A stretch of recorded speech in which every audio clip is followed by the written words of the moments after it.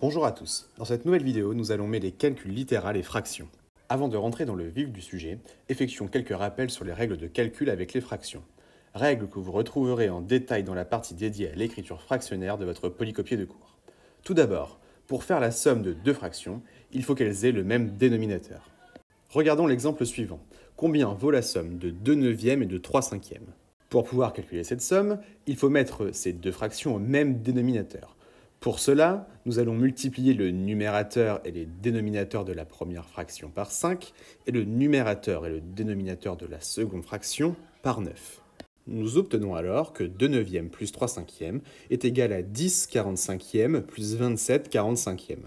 Les deux fractions étant sous le même dénominateur, on peut effectuer leur somme, et ainsi on obtient que 2 neuvièmes plus 3 cinquièmes est égal à 10 plus 27 sur 45.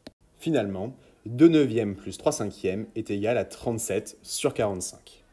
Deuxième règle à avoir à l'esprit. Pour faire le produit de deux fractions, on multiplie le numérateur de l'une avec le numérateur de l'autre et le dénominateur de l'une avec le dénominateur de l'autre. Voyons cette règle sur l'exemple suivant et calculons le produit de 2 neuvièmes et de 4 tiers.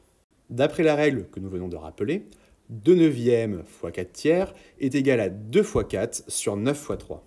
Finalement, nous obtenons que 2 neuvièmes fois 4 tiers est égal à 8 sur 27. Ces règles étant maintenant rappelées, nous allons réduire au même dénominateur des expressions fractionnaires algébriques. Commençons par un premier exemple et réduisons au même dénominateur l'expression a qui est égale à 7x divisé par x moins 2 moins 5 divisé par 3 moins x, en précisant les valeurs que ne peut pas prendre x. Je vous rappelle que cet exemple est à compléter dans votre polycopier de cours. Avant de commencer tout calcul, il est important de savoir pour quelle valeur de x nous ne pouvons pas calculer a.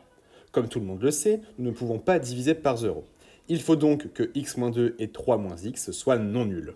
Autrement dit, il faut que x soit à la fois différent de 2 et de 3. Maintenant que nous savons pour quelle valeur de x nous ne pouvons pas calculer a, réduisons cette expression au même dénominateur.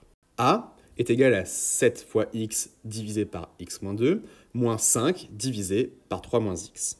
Nous allons ici appliquer la première règle que nous avons rappelée tout à l'heure, à savoir pour faire une somme de deux fractions, il faut qu'elles aient le même dénominateur. C'est pourquoi nous allons multiplier le numérateur et le dénominateur de la première entité par 3 moins x, et que nous allons multiplier le numérateur et le dénominateur de la seconde entité par x moins 2. On développe le numérateur des deux fractions présentes de notre expression et nous obtenons que a est égal à 7x fois 3 plus 7x fois moins x divisé par x moins 2 fois 3 moins x moins 5 fois x plus 5 fois moins 2 divisé par 3 moins x fois x moins 2.